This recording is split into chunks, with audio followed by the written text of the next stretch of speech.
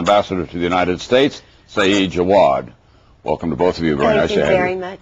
And Mr. Ambassador, part of the problem is as the Taliban come back into the country, people of goodwill, even in the rural villages, may want to do the right thing, but they worry about reprisals from the Taliban.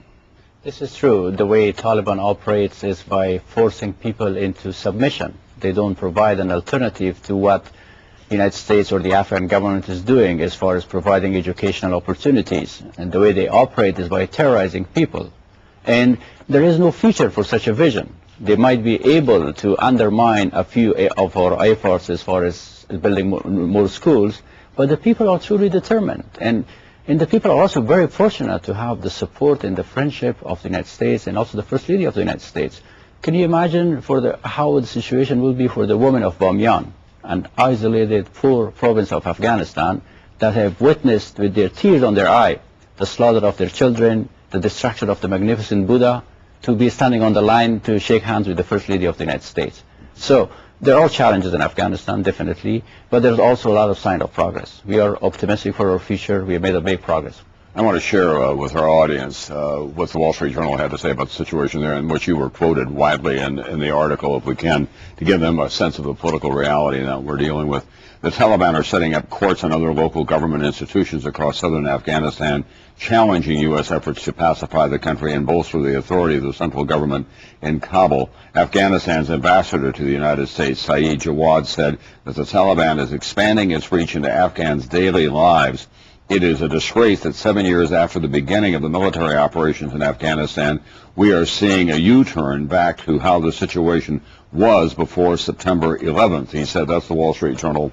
What can the central government, what should the central government, your government, be doing more of to counteract what is going on in those rural areas where the Taliban have come back in, even in a non-military way? The people of Afghanistan have done their job as far as electing a president, a parliament, in a democratic government. What my government needs is more resources to deliver services, to provide protection to our people. So in many areas where there is lack of delivery of the services because of the lack of human capital on the part of the Afghan people or the shortage of resources, the Taliban are making a comeback. It is not, they do not provide a vision for the future of the country.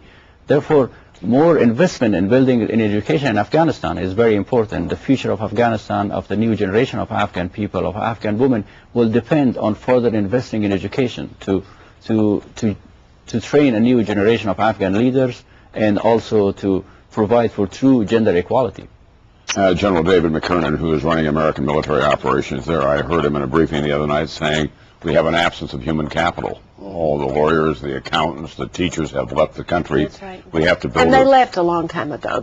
Right. It's not, and a lot of people have come back, of course. There are Afghans who have come back from, who left, before the Taliban really even. But, of course, there are a lot who haven't come back. And can you blame them? I mean, it's a very, very difficult life. And people who built their lives in another country, in the United States or in Europe, it's hard. It's a sacrifice for them. But do we have to have a new international model? Most of the emphasis, understandably, has been on the military equation, trying to shut off the Taliban in Pakistan and fight them on the ground in Afghanistan itself. Should we be going to our allies and saying, look, we have to step up here on building roads and on building markets and sure, on building and on electricity schools and infrastructure. I mean, all of those things. Afghanistan needs everything. There's no infrastructure. There's not expensive infrastructure like sewage and water treatment and electricity, but there's no infrastructure of laws. And, all of those things take time, and we need to help however we can. But I will say there are military groups, the PRTs, the Provisional Reconstruction Teams that are there from many, many countries. Maybe 18, is it that many? 40 countries have troops in Afghanistan. Yeah, but that have these PRTs that are building schools, that are working to train policemen, for instance. There are a lot of civilians from the United States. I met when I went to the Police Training Institute, where I met the women police officers, the policemen that were there. Some were from Texas, the trainers that were there helping train. So there are many people who are doing whatever they can. But you're right.